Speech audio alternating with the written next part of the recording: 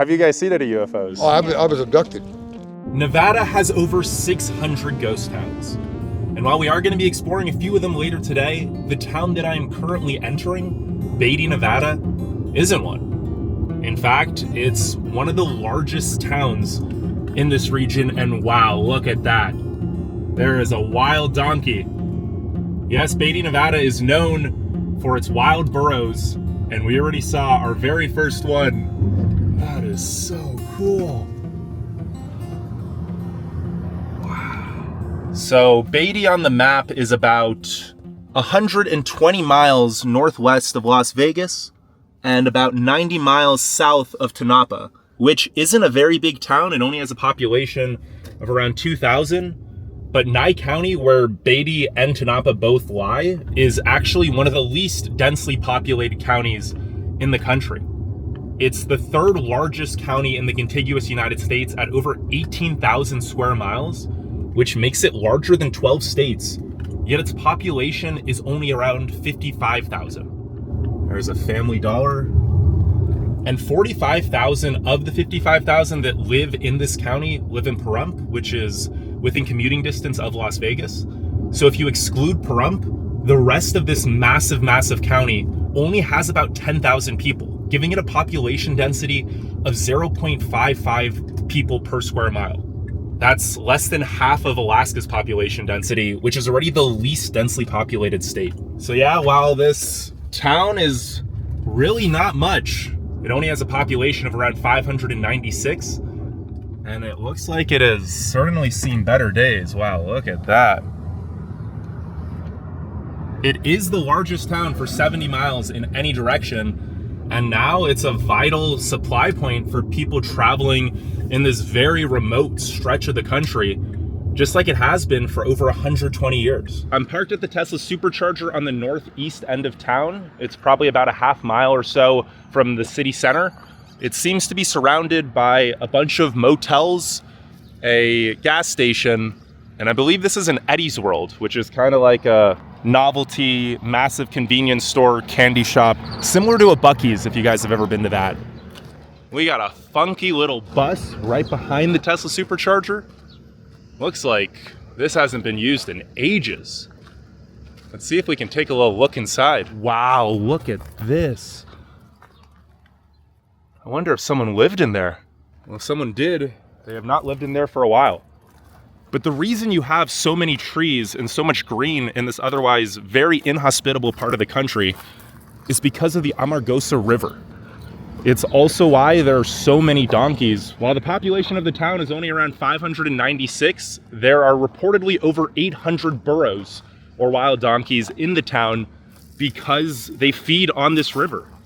It's one of the only places with fresh water for miles and miles in any direction. And on my walk into the town center of Beatty, I have identified some burro poop just sitting on the sidewalk. Apparently the burros are a contentious topic in Beatty. We're gonna hopefully talk to a few locals and see what their opinions are about the burros. This Motel 6 on the right I looked up is about $90 US to stay here per night, which is quite expensive for a Motel 6. Here we have the US Post Office of Beatty, Nevada. I wonder if this is the same location as the post office when the town was originally formed in 1904. And I guess to go off of that, how about we get into the history of why this town exists in the first place? Beatty, Nevada was named after a man named Montilius Murray Beatty, who purchased some property here in 1896, set up a ranch, and that's why, even though you might think it's pronounced Beatty, it's actually Beatty. But this area was actually settled by the Western Shoshone people for hundreds and hundreds of years prior to European settlements. The modern town itself was founded in 1904, as in 1904, gold was discovered of these hills just up yonder. But while many boom towns sprung up along the mines in the surrounding hills, the town of Beatty itself didn't actually have any mines. It did grow into a boom town on its own right, however, because it was an important supply point to service all of these surrounding mining towns. The population actually grew to over 1,000 people by the end of 1907. But what goes up must come down, and all of the mining towns in the area quickly busted just as quickly as they had boomed. By 1929, the population had fallen to just 169 people. I'm now crossing over the Amargosa River into the town of Beatty itself. I know it doesn't look like much of a river, but again, considering just how dry and hot this part of the country is, the fact that any water exists at all turns this little town into an oasis. The reason that Beatty is still around today is because following all of those boomtown busts, it actually reinvented itself. After Nevada legalized gambling in 1931 and Death Valley National Monument was created in 1933, it rebranded itself as a tourism destination. And yes, it doesn't look like much of a tourism destination compared to other very touristy places in the US, but considering that Death Valley is only 8 miles away, it really doesn't need that many services as people are going to come through town on their visits to Death Valley anyway. Let's check this out. These sculptures look very old. Oh, I think this is the tourism. Yeah, this is the tourism office. Nevada Tourism Information. It says they're open, but they will be back at 12:30. So I guess let's come back at 12:30. Now this main road going through town is actually US Highway 95, which is the main road connecting Reno and Las Vegas. So though it doesn't seem like many cars stop here for anything other than gas, a lot of cars do come through here. I think about 2,000 per day. Over here we have a sign for Death Valley, as well as the Happy Burro Chili and Beer, which is the main bar in town. But although Beatty is only 8 miles from Death Valley, where the hottest temperature ever recorded in the US was of 134 degrees Fahrenheit, the average temperature in July here, or the average high, is only around 99 Fahrenheit. And on average, it's about 20 degrees cooler in this town than in Death Valley. Look at this, Exchange Club, Casino, Motel, Death Valley Coffee Roasters. So it looks like there's Smoke and Jay barbecues, as well as this old building which is being renovated. I believe this is one of the original buildings. It's definitely seen better days, but that's incredible that this Exchange Club Casino is still intact. Oh, looks like they're doing work inside it right now. I don't know if it's open to be checked out. Hey guys, how you doing? So it's not open now? Not yet. Okay, when is it opening?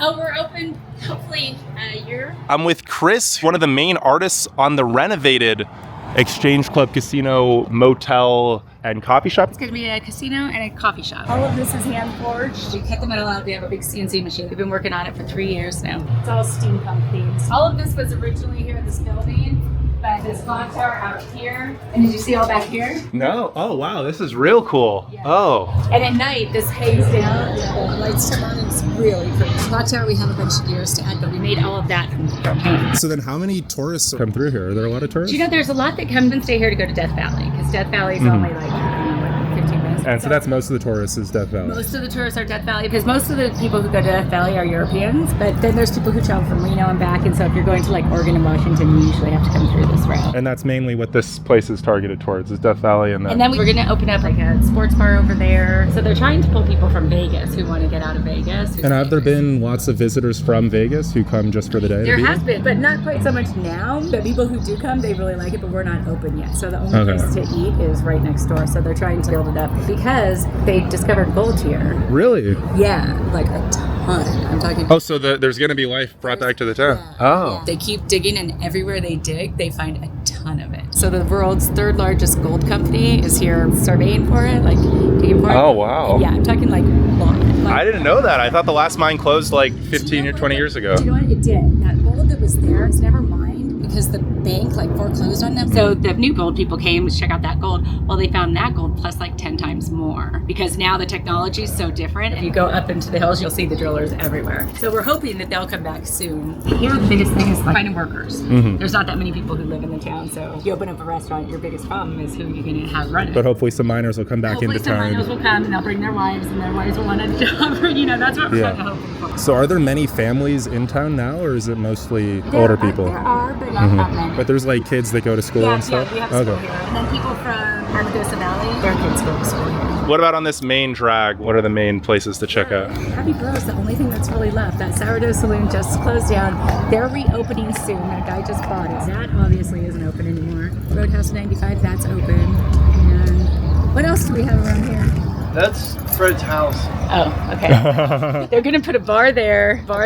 Oh wow, so there's new life is getting breathed because of the gold. So the town was almost like on its way out dying, but then the gold's brought it back. I would say we never really died because in Death Valley it's really expensive to stay. So unless you want to pay like $450 a night for a room, like this motel's open down there. There's a Motel 6 and the Stagecoach. So a lot of the businesses were closing. A lot of businesses were closing. Okay. When the miners were here the first time before they even dug it up, there was several gas stations. Now there's 2. So this was all a lot more built up like 20 years ago when the mine was still open. Okay. Right, John? Rhyolite closed in 1980. Yeah, no. I'm talking about the one they never ended up digging for it. They just found the gold and then they didn't dig for it. Okay. Price was high enough. So they sat on it for 20 odd years. And then they came out and reprospected it. And they're like, oh, okay, the price of gold's going up. So we might start thinking about digging there. And then they found even more, Yeah. 20 times more than they thought. It's really a secret town. Yeah, nothing to do. And so where are you from originally? I'm from California, from LA area. It's quite a jump. Yeah, it's a big adjustment. What's the normal thing you do for fun then? Oh my gosh, I'm old, so I don't do anything for fun. I read books and watch TV. I don't get out much. And he's a married man, so he doesn't get out much either. But going to the Happy Burros, there'll be people there. Okay, yeah, I'll check it out. Drunk people here who that's all they do is drink. Is drink? Okay. And they're probably at the Happy Burro? Yeah, they're probably at the Happy Burro. And there is another wild burro just crossing the street. There are so many of these donkeys in town. That was also very cool that Chris gave us an inside scoop into the fact that a lot more gold was just discovered here recently. Because I was just going to get into the fact that new life was breathed into the town in 1988 when a huge new open pit gold mine opened up. The town actually hit its peak population back in 1990 with 1,623 people. So it grew bigger in 1990 than it ever did during the boomtown early gold rush years in the early 1900s. But the mine did close in 1998 and the population has been increasingly aging ever since. That is cool. On the side of this new Exchange Club casino, I really am loving the steampunk retro theme. I do really like how Beatty is such a small town that you just have a sign that says, oh, the town park is down this way yonder. I'm not going to lie, it seems like half the businesses I've gone by are permanently closed. It's a really sad tale of rural America. So many rural towns have lost their populations. The population was actually down to 1,010 people by the 2010 census. And now 596 people. So where that church is the main street in town. I am now a few blocks down, walking through some of the residential neighborhoods. That house is actually quite nice. I like that brick. But why don't we talk about the people who actually live in Beatty as I try to avoid some more burro poop on the floor. So the median age in Beatty is currently 61, while the median age in Nevada is 38.5. Only about 7% of the population today is under the age of 40. So I'm sure there used to be a lot more families back when the mine was open, but now it seems that the vast majority of the people here are either very old, 63% of the population is over 60, or they're perhaps working on construction projects. Like, look at this whole foundation that's being built. This is going to be a massive hotel either, or a brand new apartment complex. This is the town park. It's quite a nice park, I'm not gonna lie. And it seems like we have 2 people using the fountain. The town is apparently 46% male as of the last census and 54% female, which is a lot more than the Nevada average. Nevada is actually more male than female. It might just be because a lot of the people here are older, and on average, women typically outlive men. Now, race demographics, 73.2% of the town is white, non-Hispanic. 20.6% is Hispanic or Latino. 6.7% are black. And then 0% is everything else. The median household income here is around $37,900, which is about half the US median of $75,000. Now, historically, the jobs weren't only in the mines. The Nevada test site, where tons of nuclear and atomic tests were made, is only around 18 miles east of Beatty, and that supplied a lot of the town's economy.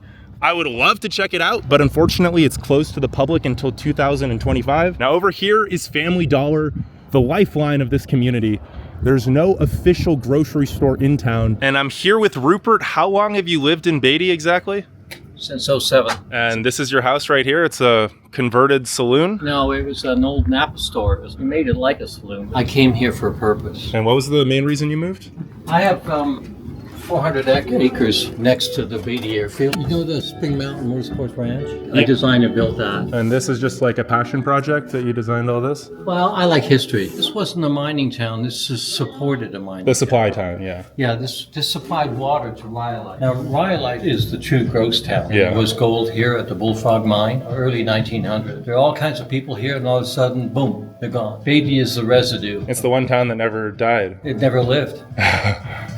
And so then where are you from originally? England. England, okay. And you've been in Nevada longer than 17 years? Oh, yeah, it was like a pathway, you know, it opened up. Beatty wasn't that pathway, but I tried to make it the pathway. When I immigrated to the U.S., I founded a school in Las Vegas, because I was the official school for Chevrolet for Corvette. And I convinced them that they should build a motor speedway, which is the Las Vegas Speedway. Oh, and so that's your big passion is racing and all that. Okay. Absolutely. So do you have like a collection of cars here? Oh, yeah, over there. Well, that I built that one, but that's a 64 AC Cobra. Oh, wow. FIA. That is beautiful. What's the biggest difference between life here versus Las Vegas? And do you prefer it here or?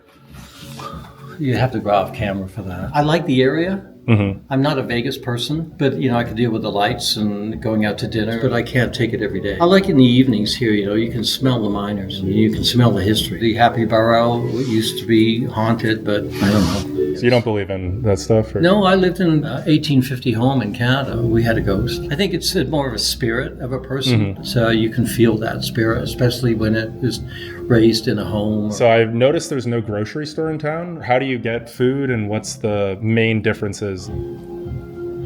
I don't want to go into that. So this bar is 1905 style? It's yes, because that's the period of the town. Most bars were brought here. They may have been brought from Rhyolite. I wanted to maintain the integrity of the community by restoring or building houses that were back then. Okay, yeah, this looks just, it's stunning.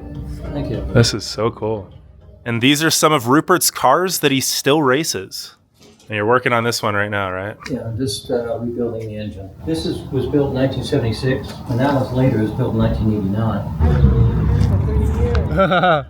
Thank you, have a good one. And upon leaving Rupert's house, we have stumbled upon our biggest group of wild burros yet. There are 5 of them. Those two are licking each other. I'm not sure if it's dangerous to get close to them, so I'm gonna stay on this side of the road. This is still US 95 that goes south to Las Vegas. On the other side, we're gonna come back to the main road in town, and right across the main highway in town, we still have those donkeys licking each other. We seem to have a family with a dog, so there are some kids in the town. And this beautiful mural of the old Tonopah and Las Vegas Railroad, where Beatty was one of the main supply points. They just don't care that there are people here. These guys are almost sleeping. And just across from the donkeys, we have the Atomic Inn, Death Valley. Free wireless internet, flat screen TVs, and HBO.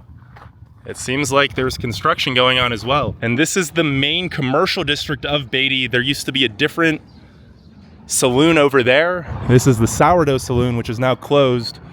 But apparently someone purchased it and is renovating it, hopefully going to open up again in the next year or two. And the Happy Burro Chili and Beer is one of the only restaurants still in town. Seems quite nice. I've had several bars and I've built a lot of bars. This is the smallest bar I ever built. It was an ice cream parlor. This is underneath it. And to me it had a beauty to it. So the interior is all original. And this is the Happy Burro Chili and Beer, one of, I believe, 2 restaurants still in the town. That's the mayor right there. Cool, funky vibe. There is really not too much to this town. Got a gas station. I think they do a couple of shows at that bar, the Roadhouse 95. Fun fact about Nevada, 78% of the gold production in the US is in Nevada. So I'm with Patty at the Chamber of Commerce in Beatty. You've lived here how many years exactly? I have lived here for 8 years. I lived in Reno, and my husband was born and raised in Tonopah. So why did you decide to move to Beatty? When we retired, Reno and Tonopah, and that it was too cold, too much snow, we wanted to come down to a rural community where it was warm. How would you say life differs in rural Nevada versus the cities like Reno and Vegas? Oh, rural Nevada is quieter. It's more like a neighborhood. For example, we have to do our grocery shopping in Pahrump, which is 75 miles away. So when somebody goes to town, they'll call a couple people. Hey, going into town, do you need something? That's the kind of thing that doesn't really happen in the city. Is that annoying to have to drive 70 miles for a grocery store? Do you wish one was in town? Not if you value rural life. I mean, it would be convenient, but we've got the Family Dollar for most of our necessities, and then we help each other out. If you spring a leak and you need a little plumbing, somebody's usually got it. You just make a few phone calls. Are there kids in town, or is it? Oh yeah, we have an elementary school, a middle school, and a high school here. And how many students? About 100 between elementary and middle school. I'm not really sure about the high school. So there's quite a few families here then still. Yeah, and it's going to get a little larger in the next few years because of the miners coming in. If it's typical of the last time they were here, they'll be here with their families. I just heard there's a whole new Goldfield that was just found. Are you excited about that? Yeah. Okay, so you want more people to come to town. and Well, live here. we enjoy the boom and the bust. It'll help the economy. So then until this new mines open up, what are the main jobs or source of the economy now? Tourism, for It's the most mostly part. for Death Valley? Or for... We're the gateway to Death Valley. We cater to the tourists. When you first moved here 8 years ago versus now, would you say there's more hope in the town, or is it more pessimistic about the future of the town? It's hopeful. Beatty's been around for over 100 years. It's here because of our location on the highway and because we've got the river that runs through town, so we've got the water. And I've heard it's a topic of contention about the Burros. And are you pro-Burro or negative Burro? I am pro-Burro as long as they're treated kindly. There's pros and cons, you're right. It's dangerous for them because of the highway. People fly through here even though it's a 25-mile-an-hour limit. People will kill burros every year. But they're sweet, they're adorable. The males can get a little contentious sometimes, but... Do they attack people, really? No, they don't attack people, but the young males will fight among themselves for a female. When they're fighting each other off, they are oblivious to their surroundings and they'll bump into a car or a fence. I mean, they're still wild animals. We don't feed them because they'll eat anything. Okay, well, thank you so much, Patty. I've really enjoyed walking around Beatty. It's funky, it's got character, got soul. It's got a lot of character and a lot of characters. Spend an evening at the Happy Burro Chili and Beer. Okay. You'll get an earful. I'm walking back to the car so we can check out our first official ghost town of the day. Actually, before we head to that ghost town, why don't we take a look at some of the houses for sale, tell you the prices. Now I'm driving through the residential part of town, which is most of the town actually. There's a few businesses on that main drag. I think this is the elementary school. Patty was telling me that this is the middle school. So there's an elementary school, a middle school, as well as a high school, all in Beatty, even though the population is only around 800 people, not 596 according to her. Oh wow, look at this building on the right. Is this a library? I think it's a library. Wow, that's a cool building. Up here we have the fire station, Nye County Fire Department, yeah. It appears that many of these houses are trailer homes, which makes sense as when you're living in the middle of nowhere, it's much cheaper to just import an entire house rather than import all the materials and then build the house. It looks like these are some apartments in town. Yeah, so actually a fair amount of people live in Beatty. It's not nearly as deserted as you would think. That's a nice log cabin, wow. There's an alien looking out at me from this person's fence. I love just how funky and quirky all these homes are. Yeah, they're not the fanciest or most expensive, but they got character. This house right here is actually for sale right now for $150,000.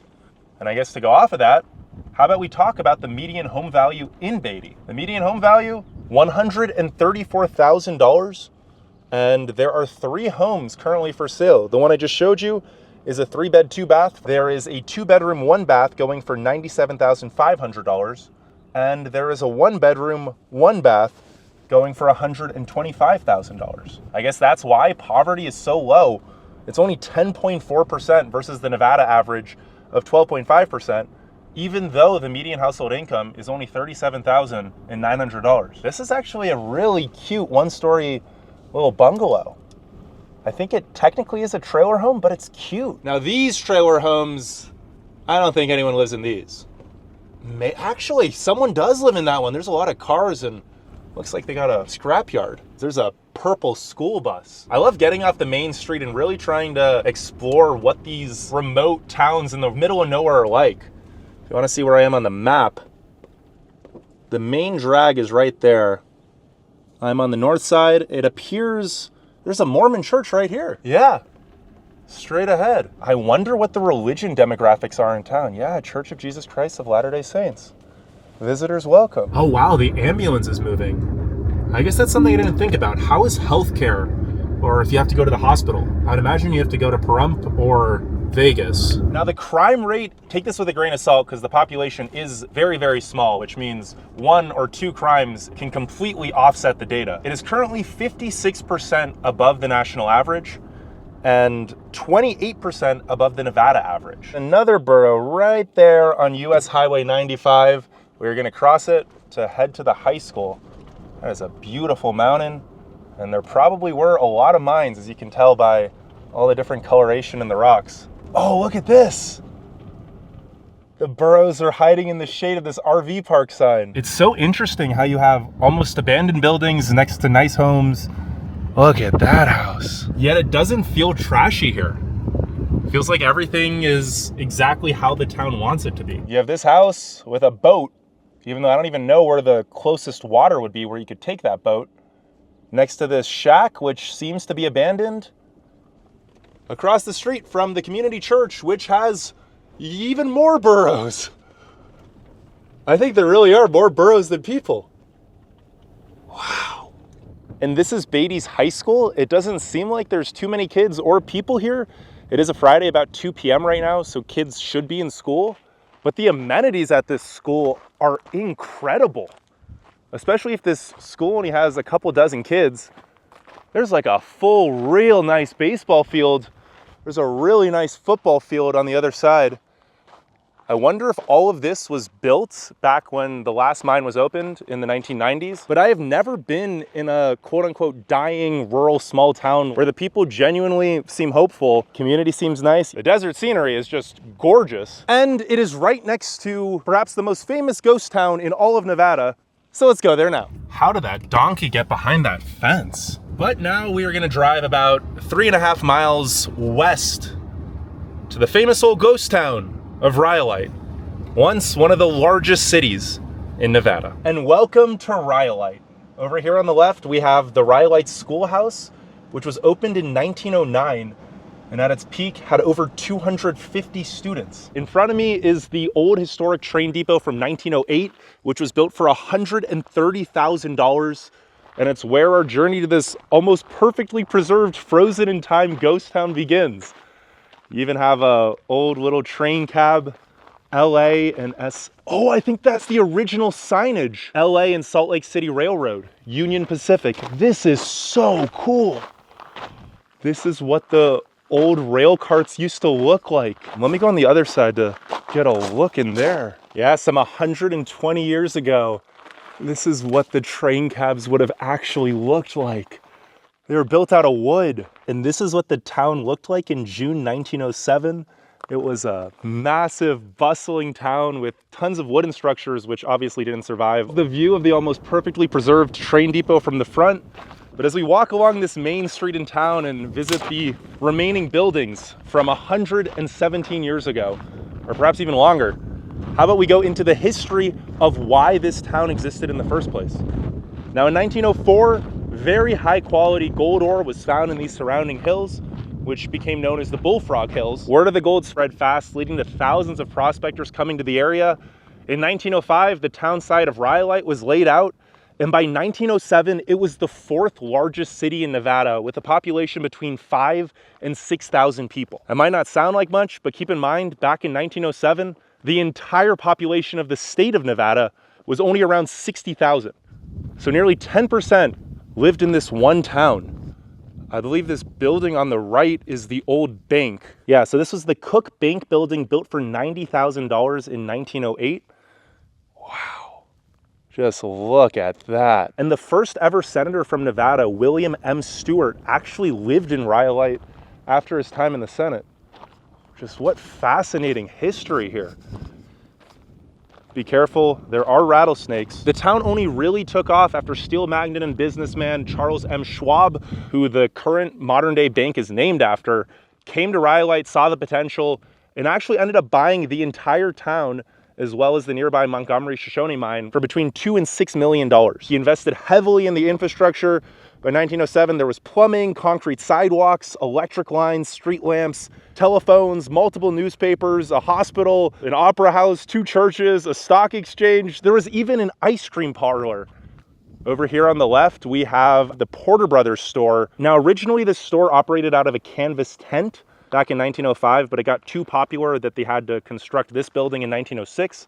It took 4 months, cost $10,000. And funny enough, even after this building closed in 1910, one of the brothers, Hiram, remained in the town as the postmaster until 1919, when the post office finally closed. Back at its peak, the town had 50 saloons, 35 gambling tables, 19 lodging houses, 16 restaurants, a public bathhouse, and even a red light district. But while all of these investments by Charles Schwab, as well as other businessmen, did make Rhyolite one of the most modern towns west of the Mississippi, because it took a while to build these new buildings to keep up with all the influx of new residents. Wow, this is cool. By the time the buildings were built, most of the gold had already run out.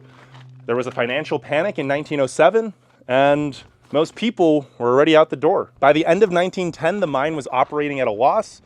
Most of the businesses were failing, and in 1911, the mine completely closed all operations, and the population dropped to only 611 people. But because so much money was invested in the town at its peak, and most of these buildings took another year or two to be completed, such as this schoolhouse, which was built out of necessity due to all the new families moving to town, but it took until 1909 to be completed. It only had operations for about a year and a half, and it completely closed down in 1911. The outer exterior is so perfectly preserved. Do not enter. It would be really cool to go inside these buildings. Obviously, for the preservation, it makes sense that we can't. What is this down here? Oh, I guess the ground level would have risen. I was like, they really dug down to build these foundations, but I think the soil level today is just much higher. By 1914, the city lost access to electricity. The banks, the newspapers, and the train depot all closed. And in 1919, the post office finally closed, with only 14 people still calling Rhyolite home. The last resident died in 1924, meaning nobody has lived in this actually frozen in time ghost town for 100 years. The old Miners Union Hall, which is one of the strongest organizations in all of Rhyolite, used to stand right here in the center of Golden Street, which was the main commercial avenue, and unfortunately was destroyed by a fire in 1909. It was rebuilt, but after most people left Rhyolite soon thereafter, it was actually moved to Beatty, and it served as the town hall in Beatty until the 1960s. But this was the foundation.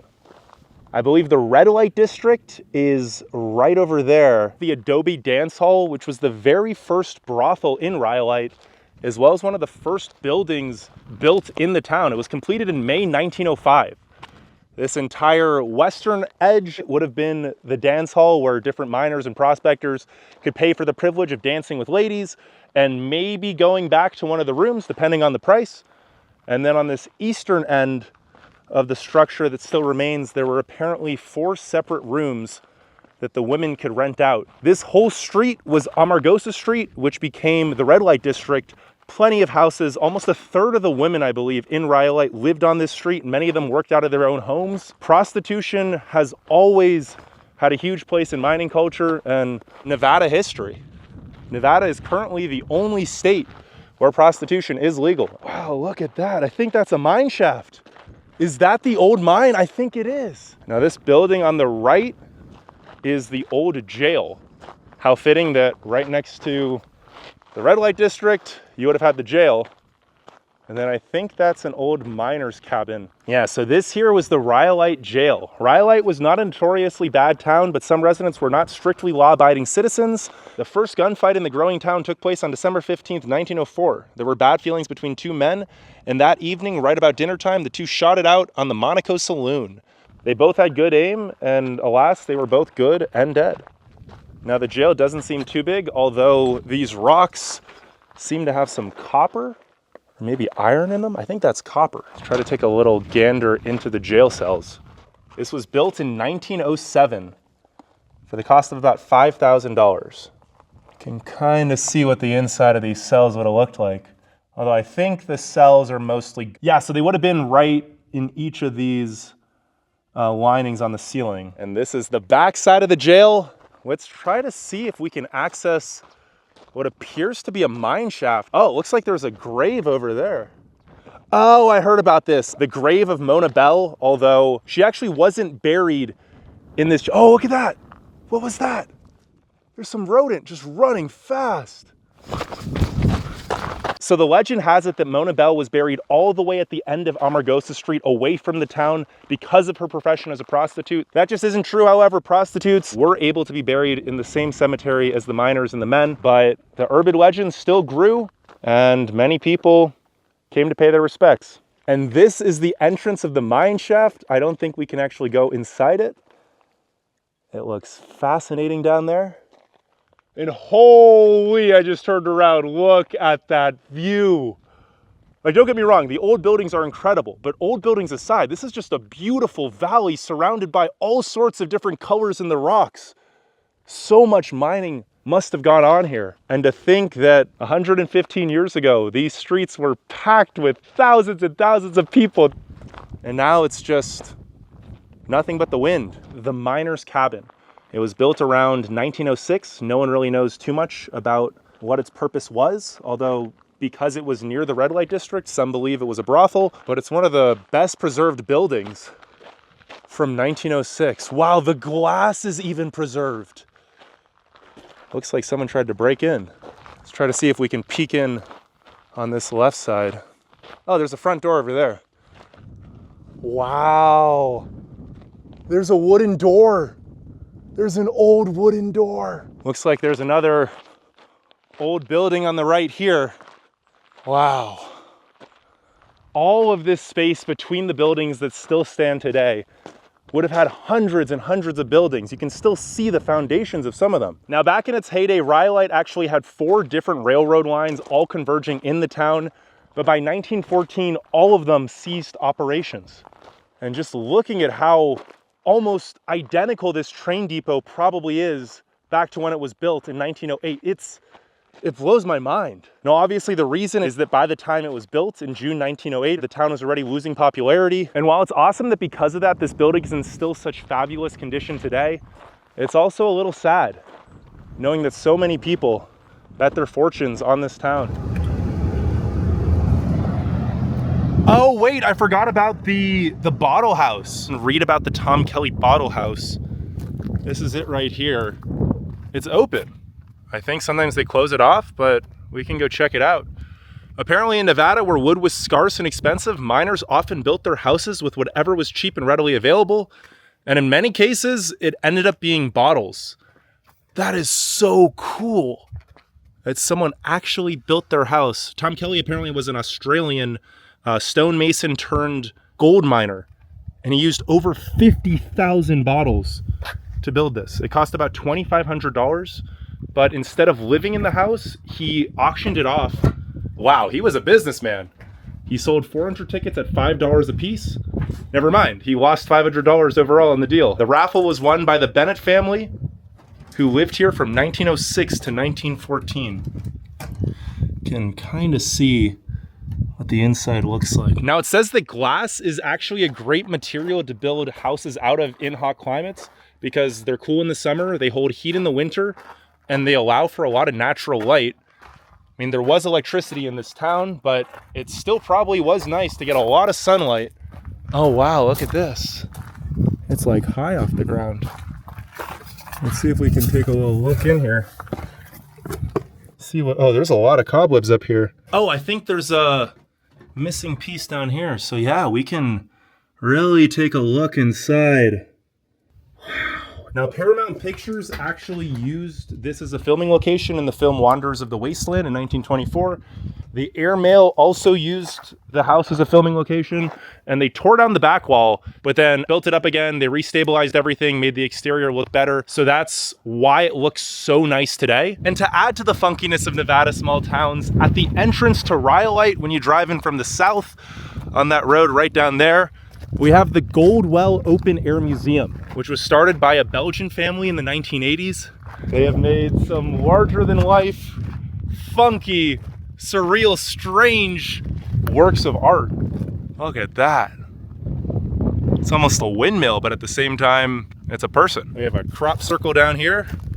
And I think this one is the Last Supper, or a modern 3D representation of the famous painting, The Last Supper. We have an origami duck down here. But there is a lot of strange happenings in rural Nevada, I am starting to realize. Look at this one. It's like a princess. Down there, I'm not sure what that structure is. And then the final ones appear to be little bunkers, or yeah, it's like trying to depict what a town would look like if it's somewhat submerged, or I don't know, angle. This is some abstract art. Look at this. I love surreal art. I love things just like this. And this is Patrick working the Goldwell Open Air Museum. He's from Las Vegas originally, but you just moved to Beatty 2 weeks ago? Yep, it's been quite a change. So what made you decide to move to Beatty? I've had several surgeries on my back. Every time I would come here, I'd stay a week, but I'd either go back with a new drawing or an idea for a painting. So you're an artist? I turned into an artist. Okay. After my injuries, I started drawing. And every time I'd come out here, I'd get inspired. After I retired several years ago, I wanted to get rid of my apartment. I bought a truck and RV. My trailer is actually my art studio. I've already started a painting of Last Supper. So what is it about Beatty, or this area in general? It seems like there's a lot of art, there's a lot of funky, surreal vibes. To me, because you said vibes, it's energy. There's an energy out here that kicks my creative mind off. The beading you see over on the table, that's some of my work. Oh, this right here. Wow. Oh, that's cool. I started doing Native American replica things. What would you say has been the biggest adjustment coming from Vegas to Beatty? Not loneliness, but being alone. But that's also a good thing. Mm-hmm. You know. Have you made friends in the 2 weeks you've been in Beatty? Oh yeah, I'm almost 60, so I start going to the senior center, going to the different places in town just to meet people, then see what else I can do. Like there's a museum in town that's hardly ever open, but I want to start volunteering there to help keep it open so people that come here can take advantage and learn more. Going into Beatty, I thought it was going to be a town way past its prime, but it seems everyone kind of likes it the way it is, and there seems to be a lot of hope still in the town. Oh yeah. Yeah. It's going to grow. One of the huge mines just bought out some smaller ones, and they're going to open up next year. Yeah. So there's going to be more development. Do you think you would move to another place in Nevada? Right now, while I'm doing artwork that I'm doing that's around here, I'm going to stay here for a while. But every day's a new day, and you don't know what tomorrow's going to bring. Calling it the windows of heaven. Down underneath is going to be the universe, and it's going to get lighter as it. So it's going to look like a stained glass. It'll be an oil painting. The Fibonacci spirals, all from coming out here. This happened in a week. Wow. And that's just the underpainting. Yeah. So it'll all get covered. No. So when do you think you'll be finished with it? Probably around September, October. Oh, maybe I'll come back in a few months. Definitely. Check it out. I'm going to start bringing it out and working on it out here. Oh, well, thank you so much, Patrick. Enjoy. Yeah. Thank you. With everything you're doing. Thank you. That's cool. I see so many people's videos now of where they're going, and I've taken an interest in all these different sites. Yeah, I think it's just cool to have off the beaten path places where people obviously live. Yeah. But no one really knows what life is like in these places to actually explore it. It's fascinating. I've learned a lot. That's what going around and doing this is about. Different cultures, the way people live, what keeps them alive. Yeah. Just this whole area. I know. It's so funky. What freaked me out was only 30 minutes away. You're in the middle of Death Valley. That was a great conversation with Patrick. This is the famous Last Supper sculpture. Patrick was telling me the original artist, a Belgian, about 40 years ago when he made it, had people sitting in these positions while plaster dried over them. And that's how these capes were made. They had to wait about 30 minutes for it to harden. And this is just, wow. I didn't think Beatty was going to be much going into it. I thought it was going to be a slowly dying, abandoned little town. There is still so much life in the town, and I think it's because of the people and the types of people moving to Beatty, just like Patrick here. It's really going to help the town grow, and it's going to keep this youthful and artistic energy. While Rhyolite was the 4th largest city in Nevada at its peak in 1907, our next destination was actually the largest city in the state of Nevada in 1906. Let's drive 70 miles north to the almost abandoned ghost town of Goldfield. I am now driving through Beatty again from the west side of town. And if you were wondering just how remote this part of Nevada was, after leaving Beatty, the next gas is 94 miles away. And just about 3 miles north of Beatty, you can kind of make out the town way off there yonder. We have a sign for Angel Ladies Brothel, as well as a funky plane that's been painted on. That is a cool plane. I would love to learn about the story behind that. Now, I looked up this Angel Landings brothel. Apparently it used to be a brothel in Beatty. Beatty does not currently have a brothel, but this brothel closed in 2014. I believe the brothel was right up there in that little shack. But currently the closest brothel to Beatty would be the Chicken Ranch in Pahrump. Tonopah, I looked up, also does not have a brothel, even though Beatty and Tonopah are in Nye County, where brothels are legal. Let's go try to take a closer look at this plane, though. This is real cool. I have been pleasantly surprised at just how much art and how much random little things you see in this rural Nevadan desert. This is cool. An actual old plane. But regardless, let's get back in the car and actually hit our final destination for the day, Goldfield. Welcome to Goldfield, Nevada.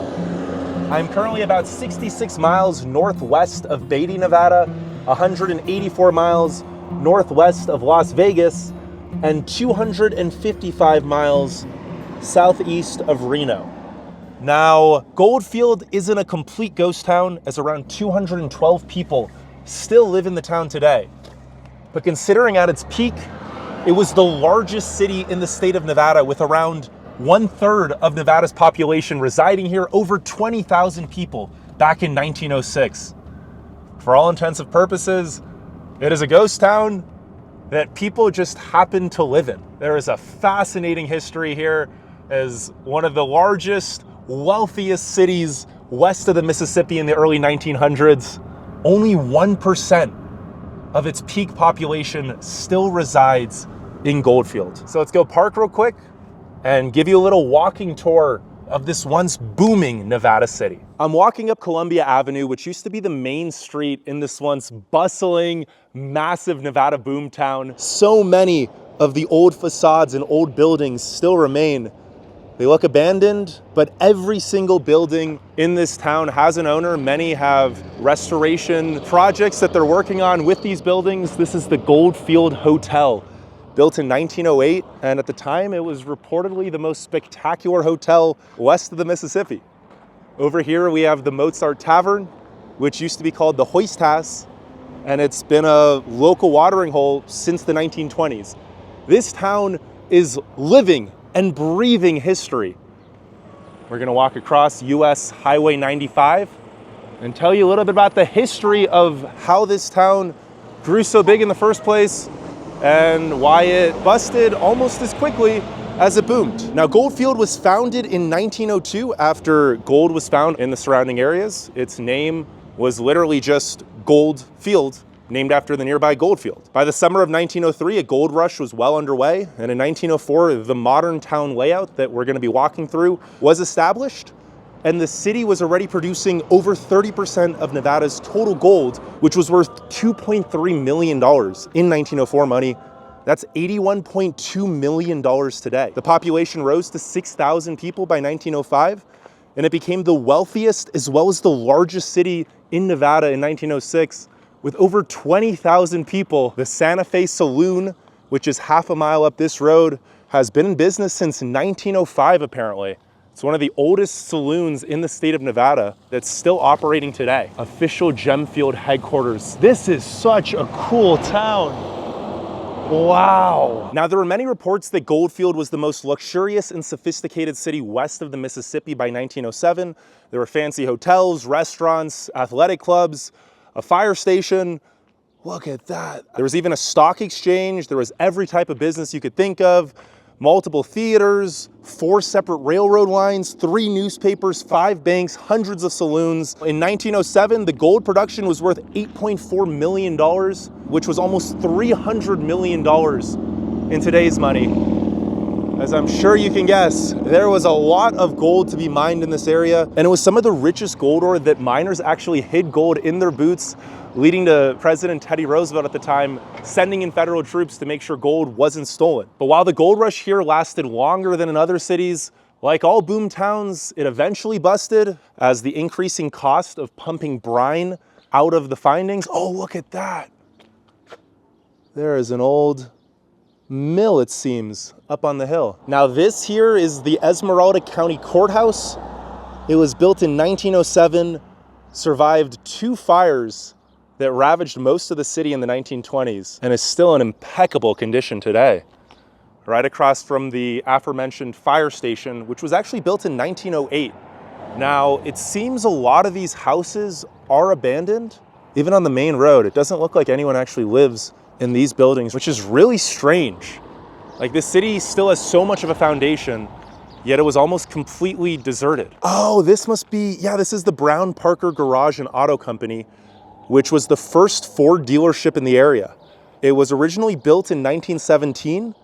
The building burnt down in the fire of 1923 and was rebuilt, and it remained an operational garage until 1981. And there still seem to be some cars inside it. But to go back into the history, by the 1910 census, the population had already dropped to 4,838 people. By 1912, gold ore production was down to just $5 million. And then a flash flood arrived in 1913, destroying many homes, many businesses. A devastating fire in 1923 destroyed any of the flammable buildings, and anything that was rebuilt was then again destroyed by another fire in 1924. So now the only remaining buildings from the original town are a few of the stone and brick buildings. But ever since that fire in 1923 and 1924, the population has been in steady decline. By 1930, only 692 people lived in the town, and today the population sits at just 212 people. So many buildings on this main road just look completely abandoned. Yeah, I don't think anyone lives here. It's just an old table, an old hat. I'm now approaching the end of the Goldfield Historic District. It seems like there are still some old vehicles, old machines. I'm not sure which were built up as tourist attractions and which ones were original. Now, of the 212 people that still live in Goldfield today, the median age is 58.5 years. So it's not as old as Beatty. 5% of the population is under the age of 18. 82% is over the age of 50. 53% of the population is male. 47% is female. And to go into the race demographics, 68% is white, non-Hispanic. Hispanic or Latino is 11.3%. Surprisingly, the Asian population here is 9%. That's well above the US average. Native American population is 4.3%. Black population is 0.9%. And 2 or more races are 6.6%. It seems that whoever owns this house might be from Norway, or at least likes Norway. It's so hard to tell which houses are completely abandoned. I think people live in these trailers down there. I actually just tried to look up some housing data on Zillow, and it appears that there's not enough info for Zillow to give a median home value. There are currently 6 homes for sale in Goldfield. There's a 5-bedroom, 4-bath for $275,000. A 388 square foot studio for $32,000, but it appears that the median home value is around $150,000. The median household income is $45,000, which is quite a bit higher than Beatty. I think this is because there's a lot of jobs at the nearby nuclear test range in Tonopah, as well as the Round Mountain mines. Obviously, the town seems to be reinventing itself now as a tourism spot, as there's just so much history and so many old buildings. This is welcome to Ish House. Guess we're supposed to go around on the other side, the rear door. Is this someone's house or is this a business? The poverty rate is only about 11.7%, and there's apparently 0% childhood poverty, which is good. The 11.7% is also below the Nevada average, which is 12.5%. Now the crime rate, of course, there's only 200 people in this town, so take everything with a grain of salt. The crime rate is apparently 85% above the national average. I don't think I'm gonna walk into this house, but I can maybe take a little peek. This is interesting. Burners Welcome. Oh! So if you guys don't know, there's this music festival called Burning Man in the Black Rock Desert in very northwestern rural Nevada. That's what that sign is about. So are there super hippie people in these rural Nevada towns, just like the people that would be attending Burning Man? Look at these houses. And these people are just living in a yurt on the main drag. They have an Airstream trailer.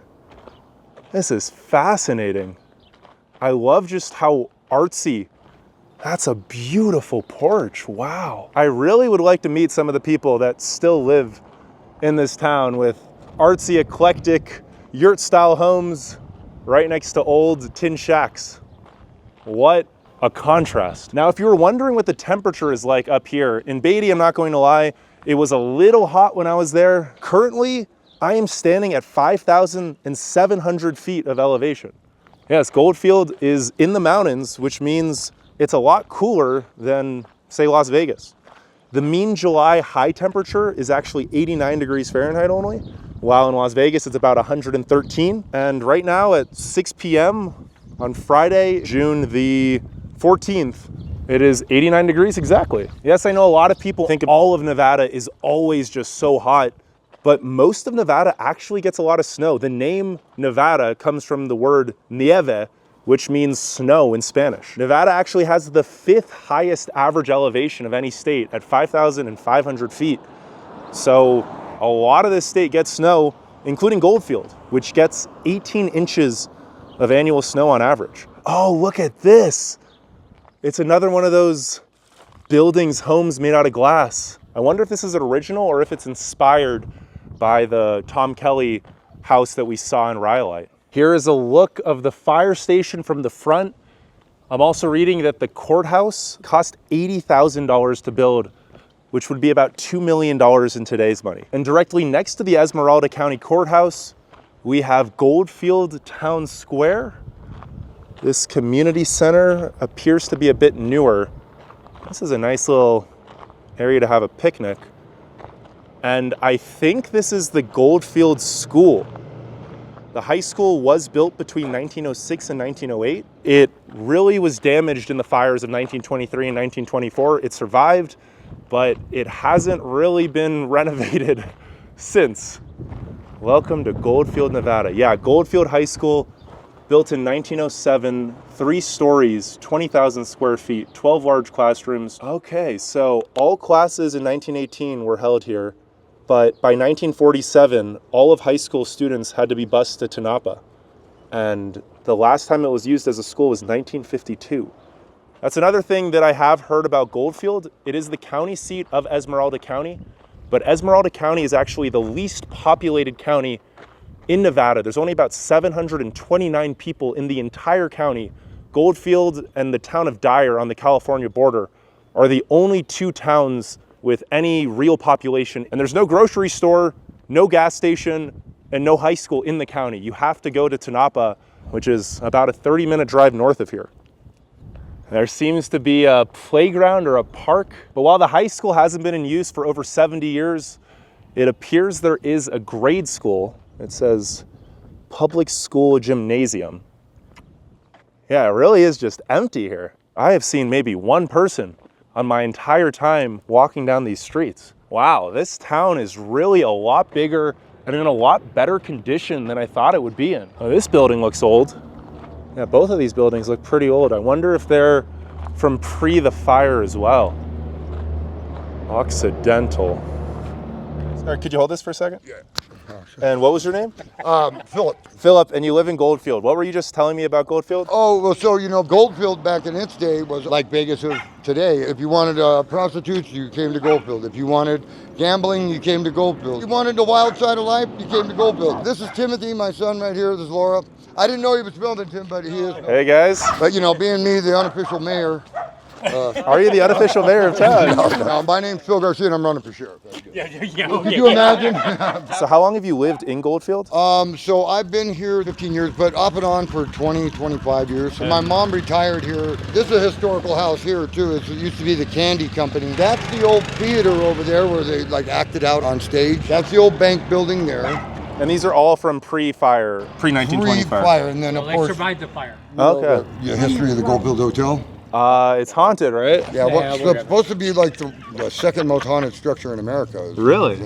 And the Queen Mary being the first, but really it's not a building, it's a boat. You have the longest boxing match with the Gans. Yeah, I heard about that. 42 rounds was on the other side of that building. And that's the high school. That's more haunted than anything around here. Really, more than the hotel? Oh, yeah. Have you experienced any hauntings in town? So I was on the Ghost Adventures show 2 Halloweens ago over here. Okay. But I've never, I do believe in ghosts and I know they exist. It's scientifically proven, really, but I'd be lying if I said I've seen ghostly figures, but I have felt a lot of stuff because of the fire. A lot of people were burned there, and I was burned. So, that connection is there. Yeah. There was a guy who killed himself in front of it, remember? Yeah, and then a guy came. Yeah, I heard the shot that. Yeah. And when was that someone killed himself in front of it? What, 5 years ago? He pulled up, he came all the way from Washington or something, and he said the ghosts of Goldfield Hotel had brought him here to kill himself in front of the hotel. Yeah. We've had quite a few mysterious deaths surrounding that. What I think is when hospitals fill up, what doubles as a makeshift to administer first aid to people is hotel rooms. Oh. Even in today's, if all the hospitals fill up, they will take over hotels. If there's a huge mass casualty, like let's say a 747 goes down in the middle of the city and you got hundreds if not thousands of people burned, they'll take hotels and just make them into makeshift hospitals. And that's what they did there. The fire started there. And it spread to the entire town and destroyed most of the town. It burned. By morning, it had burned 52 blocks all the way down that way. Kind of like the old Chicago fire. It started by a still. The still exploded, it caught fire, and the wind was blowing, and it just wiped out the whole town. Goldfield kind of had its own laws. Still do. Nobody, yeah, they still do.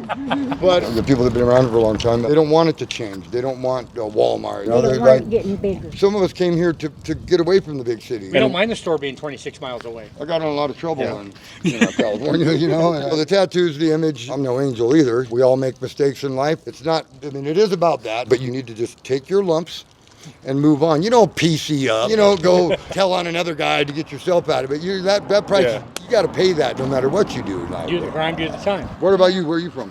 From Los Angeles originally, but in Vegas now. So you know what it's like on this mean street. Yeah. So are you from California originally? San Jose, mini LA they call it. When did you leave San Jose? 07. And you came straight here from there? Or? No. I was about 2 years straightened out my life and then came out here and literally it all blew up in my face. I don't blame anybody for anything. I do face quite a bit of adversity, locals and stuff like that. Is it not a welcoming community to everyone?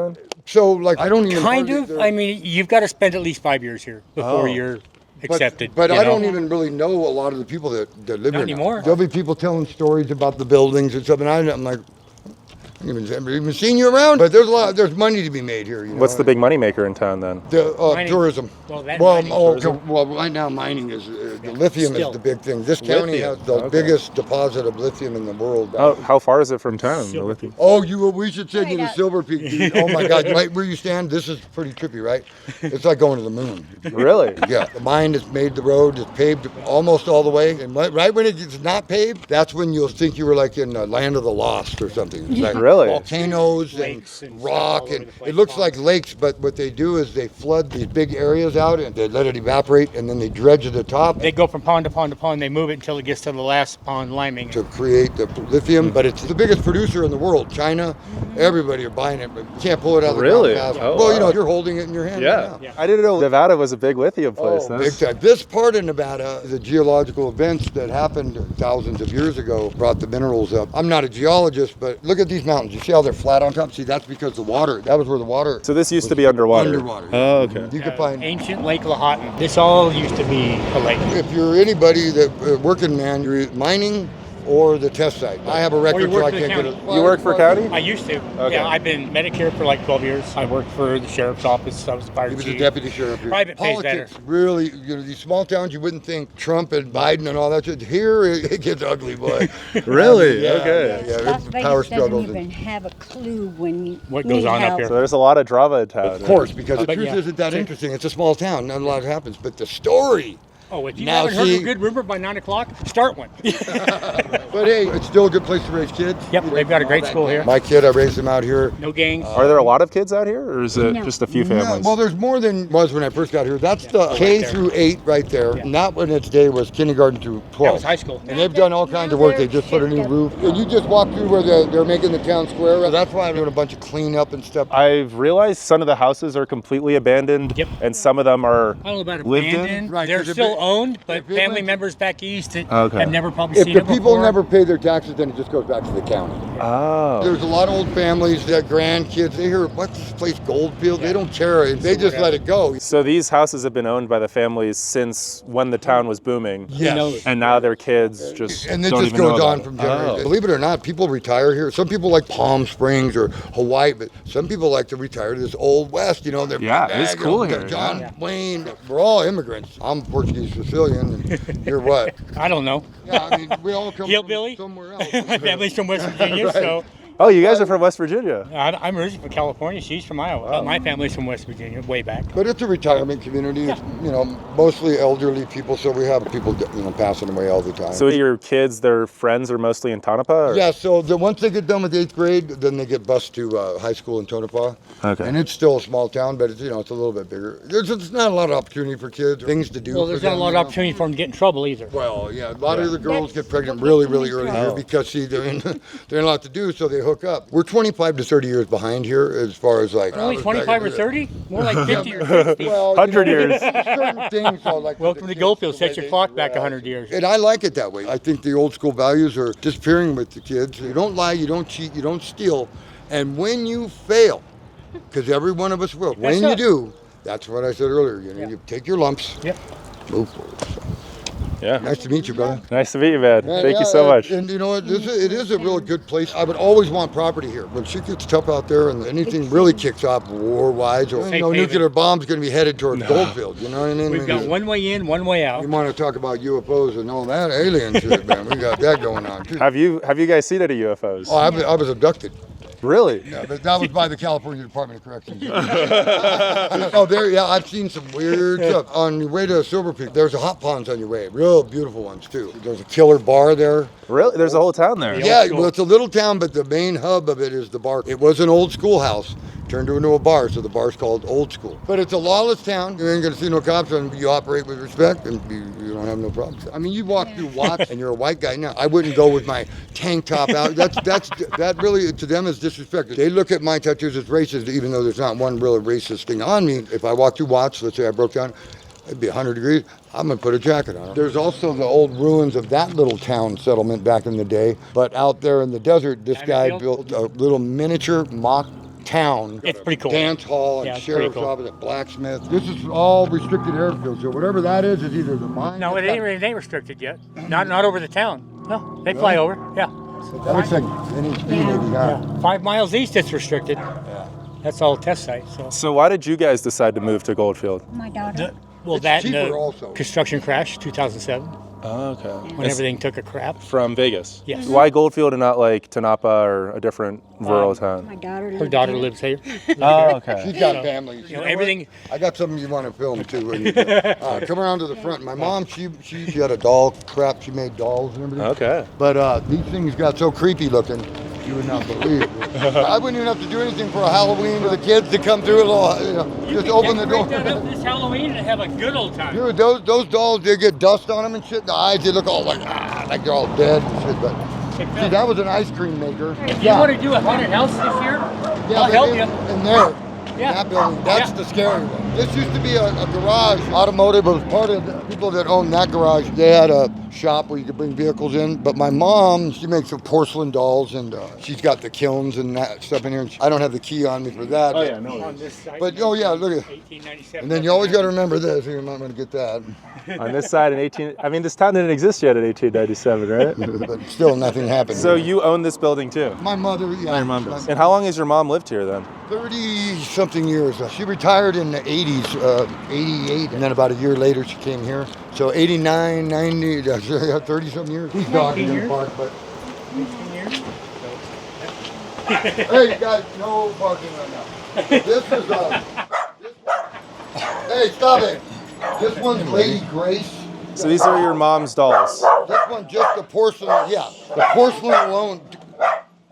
Tim, can you get your dog? There's like $2,000 just in the porcelain. The creepiest one, though, I'm going to show you. I'm going to go get gotta your see other this. dog. Okay, this one's pretty spooky, too. This one, the kid dance with it. It's got stirrups, and you mimic the movements. But the scariest one, dude, Tim can tell you a story. I scared the shit out of him one day with this one. This one is like an Annabelle. Is it true? Look at her. This is called a boudoir doll. But look at her. Look at that. And you spooked your son with this one? Yeah, what I did is I set this is right when that movie Annabelle came out. So I set her in front of the cabin. Tim was in there playing video games. And I knocked on the door, ran away. But what happened was I dropped my phone inside, and I didn't know my phone was in her dress. When he opened the door, she was sitting there, and Tim's all, Dad, but my phone came on, and he's like, ah, and screamed. And the day after they made the bed, see, look at the bed in there, the 4-poster bed. This would lay on top of the bed as a decorative. But now look at her face, dude. I mean, she just looks, she's like, scary as shit. There's the other one, too. This one, oh yeah, it's covered up. I cover her up because at night. It freaks you out if you're walking down through the road? No. Tim, this one, I believe, was made originally for somebody that belongs to the royal family. My mom made these. Look at Lady Di and Charles. My mom is a craft person. Very, very talented lady. She's 88 years old now. Dementia and stuff like that. That part of our life where you have to watch your loved ones slowly fail is just horrible. But anyways, these are some of our family members. That's my great-grandmother, great-aunt, one of the other siblings. That's my mother there when she was a child. And they're from San Jose as well, or? Modesto. And then further Portugal or Spain. So how often would you say you head to Vegas or Reno? We try, once a month you try to go down there and shop, because if you shop only in Tonopah, you know that that's the only store and stuff, that all the prices are jacked up. Walmart's getting pricey too, so. Yeah, I know. Is there a Walmart in Tonopah? There's one in No, we have a Rayleigh's. So you got to go to Pahrump at least for most of your goods. Closest thing from there would be Bishop, California. They don't have it at Walmart yet. No, but they do have that grocery outlet. Yeah. Let's go out there. Let's go out there. All he's doing is trying to talk. Like, hey, check me out. Look at me. You guys prefer that though, having to drive a while to get most of your goods? It's kind of cool. You got to get out of here. And did you go to the Mizpah and everything in Tonopah and all that? I haven't been to Tonopah yet. Oh, okay. Yeah, because see, there's the Mizpah Hotel, and that's open and operating now. That's also haunted. Then you got the Clown Motel, which is the only motel anywhere that's got a graveyard attached to it. Oh, that place is creepy. Yeah. Every room's got clowns in it. I'm not big on clowns. Yeah. I was just in Beatty. People were saying everyone kind of looks out for everyone else. Like if someone needs to go get groceries, they'll call other friends and get them for their friends. Is that the same here? Yeah, you really used to be, and I'm sure it is for all this new network of people, but I'm kind of outside the loop on that. I help people when I need help. It's just my nature. True first responders. Me and Willie, we ran rescue out here. Oh, wow. There's some people that are in the business because they like pain and suffering, and then there's some people that want to help people that are suffering. You know? But that's the problem with this town is you know your neighbors, you know your patients. Right. That was the hardest part about being a medic. Yeah. It's totally different. When you know the person, even if you briefly met them. There's been some disturbing things, a lot of fatalities. So is there a hospital here, or where's the nearest hospital? No, we used to have one in Tonopah. Pahrump, Bishop, or Hawthorne. So you need to drive people that far. That's right. Or we fly them. If you go down with a heart attack, you're about an hour out. Heart attacks don't end well in this town. The heart attack, you go airborne, it's not good. You take somebody in the air with a heart condition, we're already at almost 6,000 feet here. So it's a much bigger town than the population would suggest, huh? It has started to get a lot more attention mostly because of the paranormal stuff. And Tonopah is really hitting on that hard. At Star Watch, we got some of the darkest skies in the country. So if you go to Silver Peak and stop at those hot ponds at night, okay, you will see every time I'm out there. I mean, all I got to do is look up and you'll see shit flying around like, what the hell? Fresh air. But see, they're different minerals. Take a look around. Anything you could see, what you're wearing, what you're holding, look, everything comes out of the ground. If it didn't grow out of the ground, we pulled it out of the ground. Yep. And if you were stripped of everything that what mining does for humanity, you would be standing here. On, but that's about it. No, you wouldn't even have that. Did you ever work in mining? I do work in mining, but it's kind of seasonal out here too. I'm working in Beatty. Is it in the new gold mine that's opening Anglo, up? yeah. Oh, well, they're going to do an open pit here too. So the gold never really ran out back when the town... The good gold did. Samuel Clemens had one of his quotes was, the definition of a mine is a big hole in the ground with a liar standing next to it. Yeah. And that still stands true to this very day. These mine companies that come and develop and everything, and they say they're going to do this, and then all of a sudden, boom, they're gone. Sell it off to another big investor. I would like to work for just the one company and get a career out of it, not Metallic Ventures, then International Minerals, and Centerra Gold, Which is all the same company. But they pay well. You make about 100 grand a year. Is really not uncommon. It's work though. It's some hard work. It's called teal. It's blue. What's up? It's teal. Let's go film over there. She's got some interesting stuff. Picture? But stop back by if you want, man. Yeah, thank you guys. Thank you guys so much. We're going to go head home too. Yeah, have a good one, guys. Thank you. All right, but stop on by. Yeah, of course. All right, watch yourself. The cops will run you over. Oh, really? So do you live here? No, we're just passing through. Oh, okay. Tammy. Tammy? Yes. And where are you from? Northern California, okay. just on our way home. Oh, okay. So long drive, just making it fun. And the things she has in the store, it's really cool. Let me get you the book. This tells you about Goldfield. This is what Goldfield looked like in 1904. This is what Goldfield looked like in 1909. We had over 25,000 people. You look around at our town today, and there's very few of us. And I mean, it still seems like a very built-up town for only 200 people. 250 people. And so how long have you lived here? I've been coming here for over 40 years. Okay, so you see the picture. Now look over there at the mountain. That's Columbia Mountain. And Columbia Mountain was to the west and north is where they found the first gold in 1903. They started to boom. A lot of people came down from Tonopah. But you say, so what happened? There's none of the big buildings that we see here. What happened to all the buildings? Well, in 1913, we had a flood. It came through the low spot in town over there, Pozo Canyon, and it took out 80 houses. In 1917-18, we had the Great War. They closed all the mines. And then by 1919, people started coming back. But in 1923, we had a fire. It started on the other side of the Goldfield Hotel at the Brown and Parker garage, and it took out 40 blocks of buildings. In 1929, we had the stock market crash, so there were no more investors. Everybody left. You had the Depression. In the 40s, World War II. In the 50s, Korea. In the 60s, Vietnam. So we've gotten smaller and smaller, till now we have about 250 people. But we're trying. So would you like for people to come back to the town? Oh, sure. But the problem is we have 1,000 people in the whole county. We don't have the infrastructure and we don't have the housing for people. We're a small town. What's the biggest misconception about rural living in Nevada? In rural Nevada, there's a lot of conservative people. And when I say conservative, it doesn't matter if Republican, Democrat, or anything like that. What it's more about is independent and self-sufficient. We're 30 miles from a grocery store. We're 30 miles from a gas station. We have to help each other, even though it looks like it's ramshackle.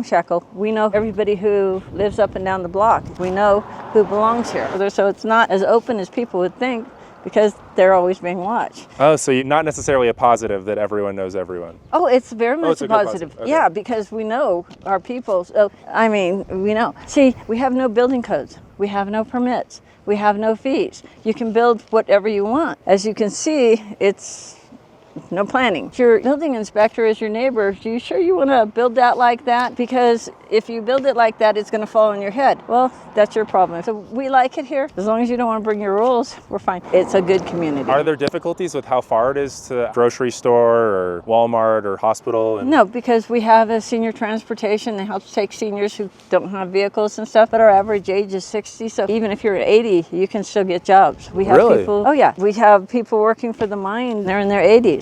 I'm in my 60s, and I'm the local air conditioning person. Wow. We have doctors here. We have lawyers here. They just choose not to live in the rat race of the big city. Some, their families have been here for basically 100 years. So you know people whose families were here when it was the 20,000? Yes. Oh, wow. Yeah. Thank you so much. You're welcome. It's Sharon, right? Yes. That's Cosmo. The giraffe, wow. Yes, he's hiding in the grass. Just poking his head out. It's made out of aluminum cans. By one of the local artists. So Sharon was just telling me to go up on the north side of town past these really cool art installations to get a beautiful overlook of the city. But this town is already so much bigger than I thought it was going to be. I want to check out Tonopah and I definitely want to see this lithium mine. I know Belmont and Gold Point, Bonnie Claire, there's a lot of really cool towns and ghost towns with interesting histories around here. This is the Mozart Tavern. This guy drank water, the Mozart Tavern. This is the original hoist house from the 1920s. Wow, this is cool. Hey, how you guys doing? Good, you? Good. What's the history of this place? Like, do you know how old it is? 1907. So this bar's from 1907? It was originally called the Mozart, and then somebody bought it and turned it into the hoist house, and then she bought it and turned it back into the Mozart. Oh, so it's always been the Mozart Tavern. Thank you. You're welcome. So, and you keep your car and all that. And this here is Occidental Jim Marsh, proprietor.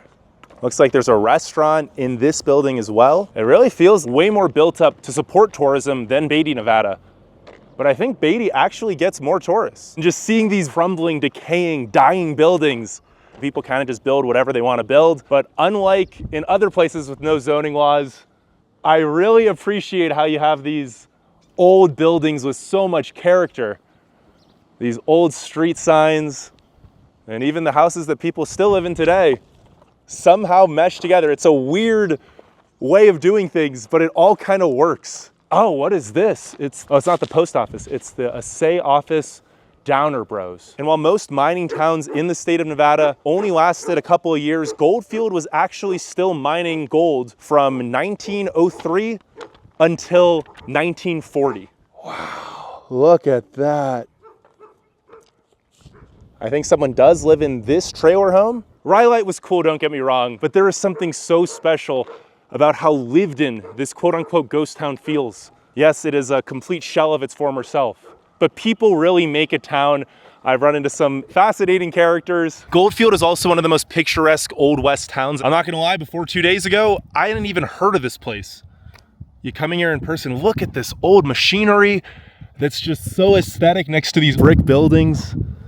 And while it definitely isn't the borough capital of the world, there still are burros wandering these streets. So these are a few of the homes in Goldfield. It's hard to tell which ones are boarded up. I don't think anyone lives in that one. Look at that donkey. But a lot of these homes are owned by families back out east who had inherited in Nevada. So a lot of these homes are just left untouched, left unrepaired. There's some fascinating buildings. Apparently there is a lot of divisiveness in the town as well. Some people don't want new people moving to town, or, oh wow, look at that house. While in Beatty, it almost seemed like everyone in the community was on the same page. Just first impressions so far, talking to a few people in Goldfield, there's certain factions. People in the town aren't liked by one group of people, and then that group of people want the town to go in this direction, while the other group of people want the town to go in a different direction. And it creates a lot of points of contention, probably some conflict. That is the post office. Oh wow, look at that. An old Union Pacific Railroad cab. Yeah, there is some funky, is that an earth ship? Yeah, there is some very cool art living installations. Look at that. Well, first of all, look at that installation, but then also look at that house. Oh, it's converted like shipping containers. So I parked right there. I'm currently walking up this hill that Sharon was telling me about, and look at that view of the historic town of Goldfield. That is just beautiful. I really don't know why more people don't live here. I mean, I'm glad it isn't like a super touristy spot, but there's so much potential to this town, still, even today. You see the trucks driving off in the distance. That's one of the most fascinating things to me. Towns that were once massive, bustling cities that now have a population of 0 or a very small population, and why the people that live in these quote-unquote ghost towns choose to still live in these ghost towns. So this here is the Goldfield Library. Old trucks. I'm heading to the Goldfield Cemetery now, where apparently a lot of people in this town were buried. Obviously it was a Wild West town. Lots of lawlessness happened. And a lot of people also died in the mines. Oh, look at that. The sunset over the hills. I'm running out of daylight, but this is the Goldfield Cemetery. If you want to see where we are on the map, it is on the northwest side of town. Apparently the original cemetery was built in the town itself, but by 1908 there were so many people having to be buried with how big the town was getting that they actually dug up all of the tombstones and moved them to this cemetery. Wow. There are so many tombstones. Esmeralda County Commissioner. Oh, this person was born in 1917, and this person died in 1907. This is probably one of the very first graves in town. Thomas R. Owen. What's this one right here? Joy. Oh, I've heard about this story. Born 1897 in Colorado, died the 30th. So there was a lady who wanted to move back out east, but her daughter actually died right before she was about to move back out east. So she etched Joy into a little rock, made a grave, and news of the daughter passing reached the entire town. They chipped in to give her a real headstone. That's so cool that I just randomly bumped into that one. Oh, so all of these tombstones are from 1907. This must be the old tombstones from the original town. And then that side is the tombstones from the more recent period. Baby girl Reynolds died in 1911. Baby boy Reynolds died in 1912. So many kids passed away here. Let's look at this tombstone. That one looks a little fancy. Yeah, there's all sorts of gems here. B.J. Metzger, 1875 to 1917. Every person in this cemetery had a story. And while in most cemeteries I've been to, there's this weird, odd energy, it feels calm here. Like all the spirits or bodies, whatever you believe in, are resting peacefully. Oh, I really want to go check out that mine actually before the sun sets. Wow, look at these hills. I am so surprised this isn't like a huge tourist destination. And we are driving back into Goldfield now. It's hard to put into words what emotions this town has made me feel. Few places have ever been as eclectic and just raw and real. This town feels so authentically whatever the people in this town want to make this town. Yes, on the surface it may seem like this town is dying, the buildings are decaying, decrepit, the population is shrinking. And for some reason I feel like this town has never felt more alive. Every person adds some type of value and some energy and vibe to the town. It's making me realize there are so many fascinating off the beaten path locations, not just in Nevada, but in the entire country. And this is the Santa Fe Motel and Saloon. This is the oldest continuously operating saloon in the entire state of Nevada. It's been in operation since 1905. And it seems, or it appears, that a lot of locals still frequent this joint. This is the Santa Fe Saloon, continuously in operation since 1905.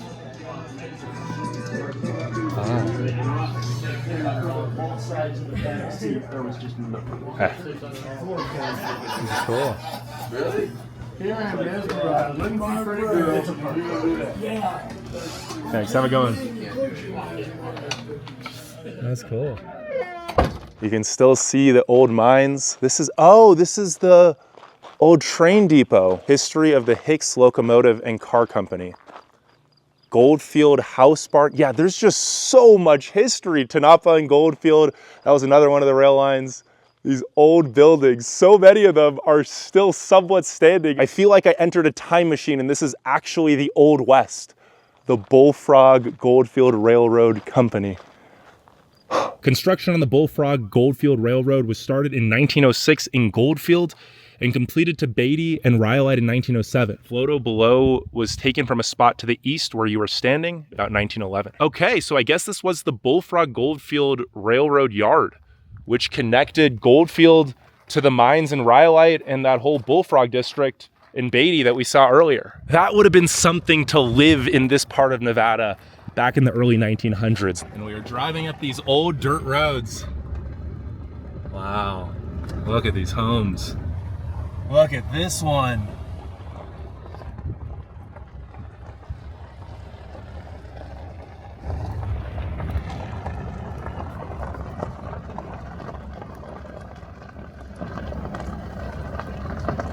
I wonder how much that would cost you. Oh, for sale by owner. Oh, this whole plot of land, I guess, with all of these houses is for sale. It's the main road, US 95, that goes through town today. We're heading up this other dirt road, though, to go to the International Car Forest, which is supposedly going to be a bunch of old, almost abandoned cars. Sharon was telling me that it is legal to actually paint these cars. Look at this funky building. Are those potatoes? That's a cheese. It's literally painted like a cheese. And look at this one up there in the hill. I love how eclectic this town is. International Car Forest of the Last Church. I think one of the coolest things about all of these small rural towns in Nevada too is that almost all of the attractions are free. And this is the International Car Forest, where there's a bunch of in-operational cars that were painted with all sorts of art, graffiti. It is getting a bit dark, but I also think it really adds to the aesthetic. And that's the bus. It's literally a bus just sticking out of the ground. I wonder how all of these cars were set up here in the first place, how that one isn't falling over. It is defying all the laws of physics. Sharon was telling me that tagging is tolerated, it's not encouraged, but painting is encouraged. Wow. Goldfield has, I thought it was just gonna be a ghost town with 200 people that are living in it. I have been genuinely shocked at how much this little town has to offer, how big this little town feels. Look at that. Now, I'm not sure exactly on the origins of who the first artist was that created this International Car Forest, but visitors from all over the world have painted on these cars. You can really, these were all real cars at one point. You can just look inside. Of course, there's some litter. I love how people just have the freedom to kind of do whatever they want out here. Oh, this is so cool. And this is the iconic bus just sticking out of the ground. I have no idea how it isn't falling. Oh, there's concrete slabs holding it up. But how did they must have used some like real heavy machinery to get this up there in the first place. It's rusting, but I think it kind of is a metaphor for Goldfield, how this car forest of old rusty cars that have had new life breathed into them that are now works of art. Yes, it should be a decaying town, but the people have breathed new life into the town. They made it a piece of art, and it feels like it's the most alive it's been in a long time. Leave a like and subscribe if you want to see more videos where I just interview locals and let them tell the story. And I will see you all in a few days when I go on my next adventure. And one of my favorite things is driving right as dusk approaches, the last bits of daylight, especially when you're in such a beautiful setting.